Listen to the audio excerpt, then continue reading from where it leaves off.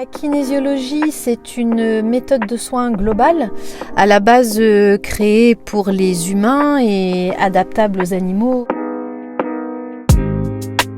Ce sont des êtres vivants qui ont une vie émotionnelle extrêmement riche et intense et un vécu. Qui dit vécu dit mémoire, et qui dit mémoire dit bien sûr émotion associée à ces mémoires et à ces événements.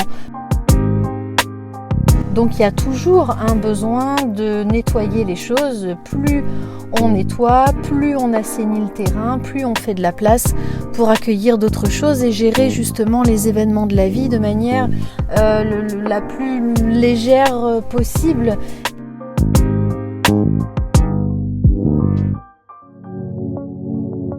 Il va y avoir différentes étapes pendant une séance de kinésiologie animale. La première, c'est qu'on ouvre le canal de communication, c'est-à-dire qu'on laisse la parole à l'animal. À partir du moment où l'animal est un être vivant et que nous sommes des êtres vivants, il y a un lien de communication qui se crée. Alors, évidemment pas avec des mots, par télépathie, par observation, par le toucher. Voilà, moi je travaille beaucoup aussi avec le toucher. On appelle ça la recherche d'infos, c'est-à-dire qu'on vient interroger l'inconscient de l'animal comme on le fait pour un être humain, pour voir quelles sont les mémoires qui prennent le plus de place, ou en tout cas qui ont le plus besoin d'être traitées.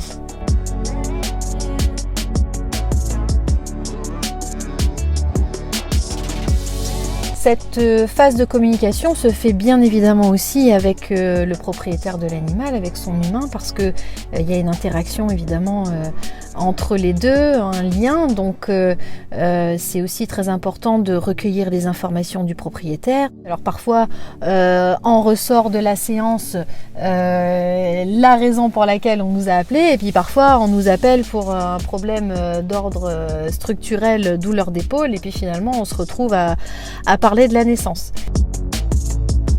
Alors une fois qu'on a mis en lumière la mémoire prioritaire du jour à traiter, on va la traiter justement avec du soin. En kinésiologie, que ce soit humaine ou animale, on utilise énormément de soins issus de la médecine chinoise.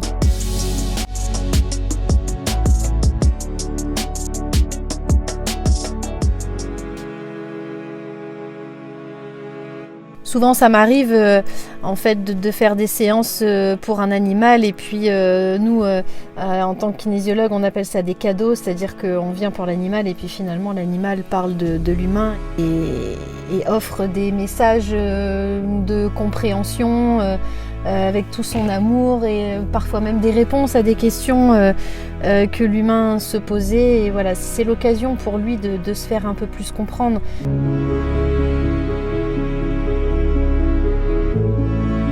Il a quelque chose d'important à nous dire, il faut pouvoir le recevoir et l'accueillir.